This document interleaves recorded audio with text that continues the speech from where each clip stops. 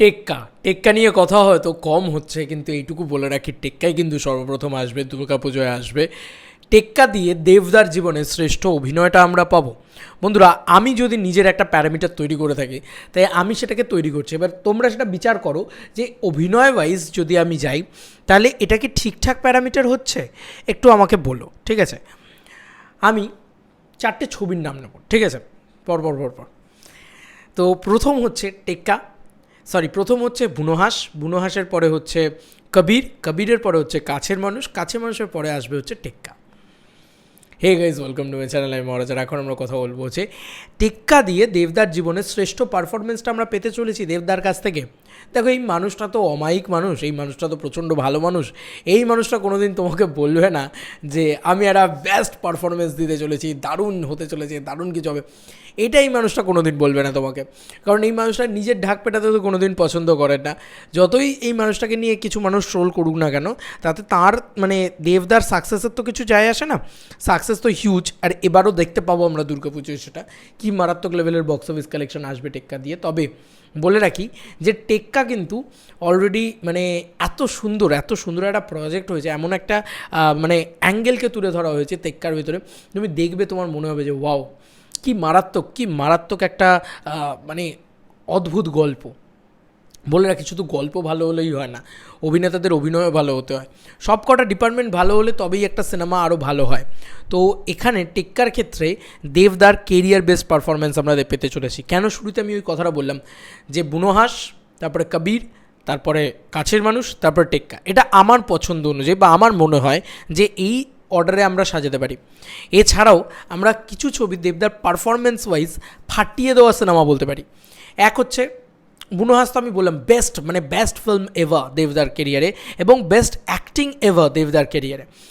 কিন্তু তুমি যদি জুলফিকার দেখো, এই সৃজিত মুখার্জির সাথেই কোলাবরেশন, কি পারফরমেন্স দিয়েছে ভাই! একটা সুপারস্টার যে মুখে কোনো কথা বলেনি, পুরো জিপ মুখে আটকানো, মানে একটা বোবার চরিত্র, ওই লেভেলের performance. Srijit Mukherjee can do this, দেবদা ক্যান ডু দিস, ওই লেভেলের মানে অ্যাচিভমেন্ট করতে পারে। তো ওই ছবিটাকেও রাখতে হবে। আর কাছের মানুষ ছবিটাতে আমার এত পছন্দ, এত সাটল অভিনয় করেছে, এত ভালো অভিনয় করেছে। মানে কাছের মানুষ ছবিটা তুমি দেখবে, আমার এখনও দেখলে কান্না পায় লাস্টের দিকটা। তো ওই ভাইবসটা কিন্তু কোথাও গিয়ে টেক্কার জন্য ওয়ার্ক করছে। টেক্কাতে দেবদার মানে ফেশিয়াল এক্সপ্রেশন কি, মানে টেক্কা কিন্তু আমি বলছি দাদার জীবনের অন্যতম শ্রেষ্ঠ একটা অভিনেতা, মানে দেবদার জীবনের শ্রেষ্ঠ অভিনেতা হিসেবে একটা ছবি হিসেবে যদি ধরতে হয়, সেটাও কিন্তু সেই লিস্টেও কিন্তু থাকবে। মানে আমি যে ছবিগুলো নাম নিলাম, লাইক জুলফিকার, লাইক বুনোহাস, তারপরে তোমার কবির ছবিতে তো দাদা ফাটিয়ে গুলি চলতে থাকে, দাঙ্গা হিন্দুরা করে না, দাঙ্গা মুসলমানরা করে না, দাঙ্গা করে দাঙ্গা বাজরা। ভাই, এই ডায়লগটা আমার মোটো বা আমার বিশ্বাস বা আমার কী বলবো, আমার আইডিওলজি। দাঙ্গা হিন্দুরা করে না, দাঙ্গা মুসলমানরা করে না, দাঙ্গা করে দাঙ্গা বাজরা। দাদা একটা এত বড় সুপারস্টার হয়ে এমন একটা ছবি তৈরি করলেন, তুমি ভাবতে পারছো টেরোরিজম নিয়ে ছবি বাংলায় হয়ই তো না, আজও হচ্ছে কোথায়? কটা একটা কবিরের মতন ছবি হচ্ছে, পাসওয়ার্ড বলো, মানে এক্সে বার্কার এক আছে, ঠিক আছে? তো অভিনেতা দেব হিসেবে যদি আমি বলি, আমি তো এটাই বলবো যে টেক্কা দেবদার জীবনের শ্রেষ্ঠ অভিনেতা একটা ছবি আসতে চলেছে। দেবদা যেরকম সৃজিত মুখার্জি কিন্তু বলেছে দেবদাকে একদম অন্যরকমভাবে পাবে, একদম অন্যরকম অভিনয় পাবে, সব কিছু পাবে।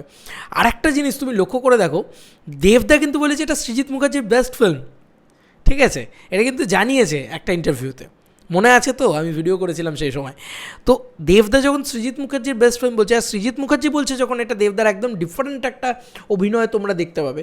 আমি এইটুকু তোমাদেরকে কনফার্ম হলপ করে বলতে পারি, এবং টেক্কার যা ইনসাইডার আপডেট আছে তাতে এইটুকু তোমাদেরকে কনফার্ম বলতে পারি, টেক্কা দেবদার জীবনের শ্রেষ্ঠ একটা সিনেমা হতে চলেছে, শ্রেষ্ঠ একটা অভিনেতা হিসেবে সিনেমা হতে চলেছে। মানে দেবদার বেস্ট অ্যাক্টিং তোমরা টেক্কাতে পেতে চলেছ। এমন অ্যাক্টিং সত্যি, মানে তোমরা দেখে বলবে ওয়াও। আর অনেকেরই ধারণা, আমি কেন এটা বুঝতে পারছি না, টেক্কার ভিতরে কিন্তু অ্যাকশন আছে, অরিজিনাল এনএসডি কমান্ডো দিয়ে শ্যুট হয়েছে সেগুলো। তো টেক্কা কিন্তু একটা out and out commercial project, কেউ ভেবো না টেক্কা কিন্তু একটু অফবিট প্রজেক্ট। ওটাও কিন্তু জুলফিকারের মতন ওই ভাইবস দেওয়া একটা প্রজেক্ট, ঠিক আছে? তো এখানে দেবদার লুক চেঞ্জও আছে, একটা নয় অনেকগুলো লুক আছে। তো দারুণ একটা ক্লিন শেপ লুকও আছে, বিয়ার্ড লুকটা তো আছেই, তার সাথে দুর্নীতি নিয়ে কথা বলবে ছবিটা। টেক্কা মানে একদম চোখ বন্ধ করে ব্লকবাস্টার। তোমাদের আর কি মতামত এন্টায়ার ভিডিওটাকে নিয়ে জানিও কমেন্ট সেকশনে। চলো বন্ধুরা, নতুন কোনো ভিডিওতে দেখা হবে, বাই বাই।